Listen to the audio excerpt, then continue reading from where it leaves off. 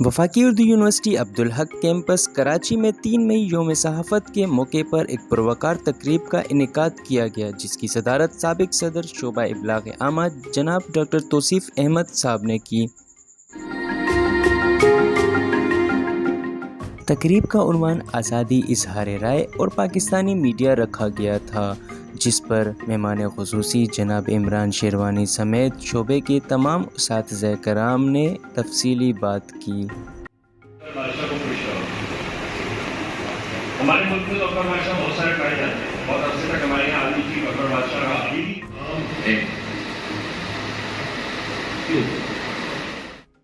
تقریب میں اسٹوڈنٹس کی بڑی تعداد نے شرکت کی اور کافی دلچسپی ظاہر کی۔ سیشن اٹینڈ کیے، یہاں پر صرف یہ بتایا گیا کہ صحافت کو کس طرح کی مشکلات پیش آ سکتی ہیں اور ان چیزوں سے بچنے کے لیے، اور صحافت کو ایک پریکٹیکل